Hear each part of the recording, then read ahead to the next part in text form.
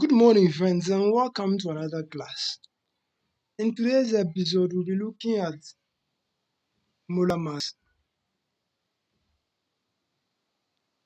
So, let's first see if we can come up with the meaning of molar mass. So, let's take 1 mole of a substance. Let's say this represents 1 mole of a substance. Now, let's assume we can come up with a way to measure the mass of this 1 mole of a substance. So, we measure the mass of this substance using a scale or whatever, and we got, let's say, 25 grams. Now, this 25 grams will be the molar mass of substance. Why? Because it is the mass of 1 mole of a substance. Time you take 1 mole of a substance and you are able to determine the mass of that 1 mole of that substance, it will be the molar mass. So, molar mass is simply defined as the mass of 1 mole of any substance. That's the definition of molar mass. And it's given because the mass per mole, its unit is equals to the mass per mole. Mass in chemistry is usually measured in grams, so per mole. So that's the unit of molar mass is gram per mole. Now let's see if we can come up with other things. The molar mass is also represented by the symbol capital M. So that's molar mass, the symbol. Then maybe the final thing we'll be looking at here before we move on into calculations will be this. I believe you remember we looked at relative molecular mass some time ago and we represented that by m small r. This relative molecular mass. And we said that relative molecular mass is the mass of a molecule, and you got that by adding the individual masses of the atoms of that molecule to get that relative molecular mass. Honestly, uh, numerically, relative molecular mass and molar mass are the same because the way you calculate them almost the same way. In fact, the same way. However, they are different in the sense that relative molecular mass do not have any unit. However, molecular mass or molar mass, sorry, has unit, which is the gram per mole. But in terms of numbers, the two look the same. They are the same. In fact, you realize when we start doing our calculations, you realize that the calculations we do here are not different from the calculations we did when we were determining the relative molecular mass of some of the molecules. The steps are the same.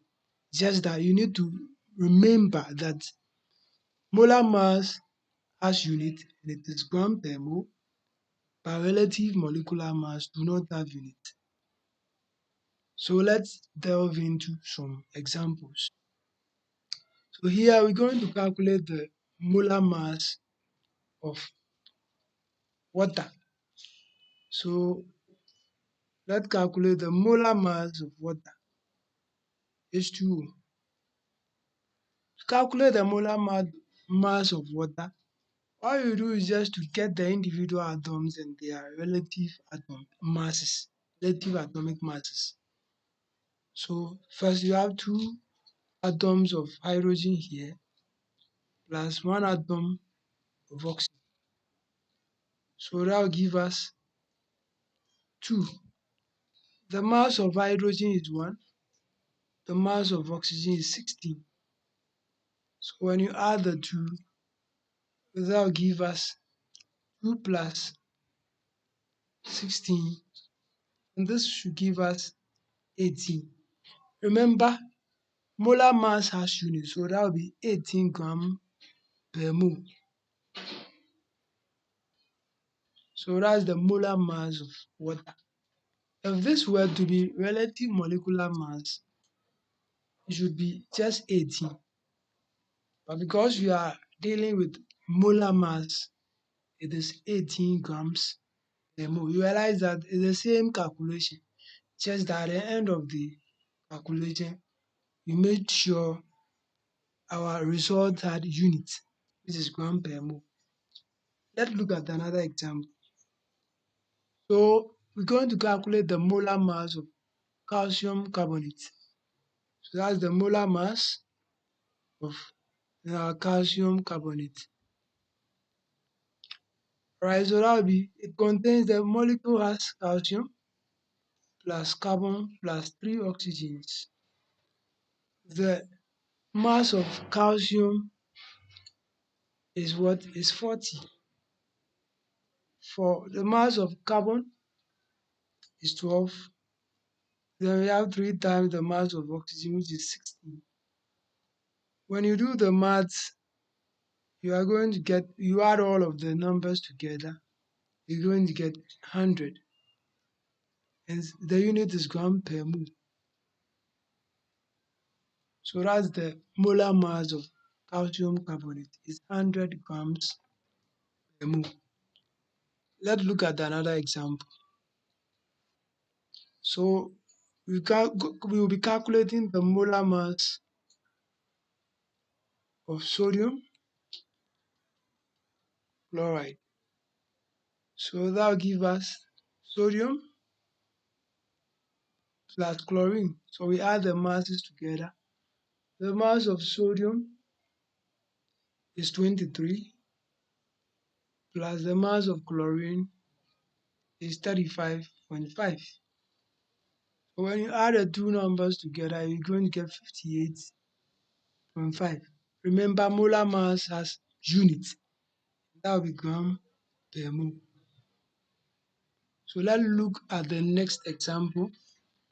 H2SO4. We want to calculate the molar mass of H2SO4.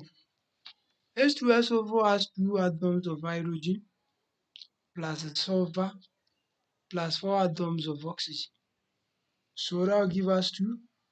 Mass of hydrogen is 1 plus sulfur. Mass of sulfur is 32 plus 4 plus that's mass of oxygen is 16. So we solve the maths using our calculator. And when you do this, you are going to get 98. Remember, it has unit, which is gram per mole. Let's look at the next example. So we have ethanol here, and we're going to calculate the molar mass of ethanol. So molar mass ethanol, that will be C2H5OH. So this compound has two carbon atoms plus five hydrogen atoms plus an oxygen atom, then another hydrogen atom. Actually, it has six hydrogen atoms. So, but let's expand it this way. It will make sense this way. So let's put in the value. So we have to carbon, the mass is 12 plus 5, mass of hydrogen is 1 plus oxygen mass is 16, then plus another hydrogen, its mass is 1.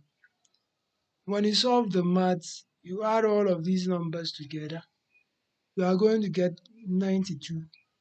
So that will give us 92 what? Grams per mole. Remember, the molar mass of a substance is the mass of 1 mole of any of that substance. And I believe that will bring us to the end of today's lesson. Please remember, the trick is this: to calculate the molar mass of a compound or of a molecule. All you need to do is to get the individual atoms within that molecule or compound, get their masses, and add all of them together. And make sure that your final answer comes with a unit, which is gram per mole. And also remember to differentiate the two, molar mass and relative molecular mass. Numerically, they are the same, but when it comes to units, relative molecular mass will not have units, and molar mass has units.